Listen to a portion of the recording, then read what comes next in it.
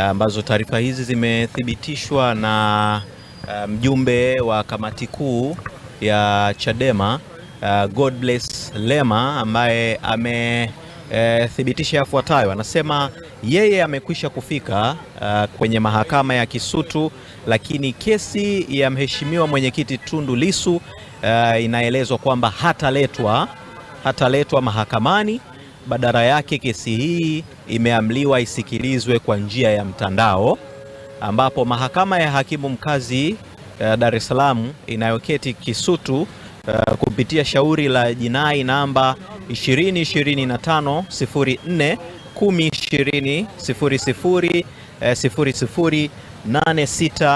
2025-10-10-00-86-06 Jamhuri dhidi ya Tundu Antipas Lissu mbele ya mheshimiwa Godfrey Mhini, hakimu mkazi mwandamizi. Tafadhali tumia kifungu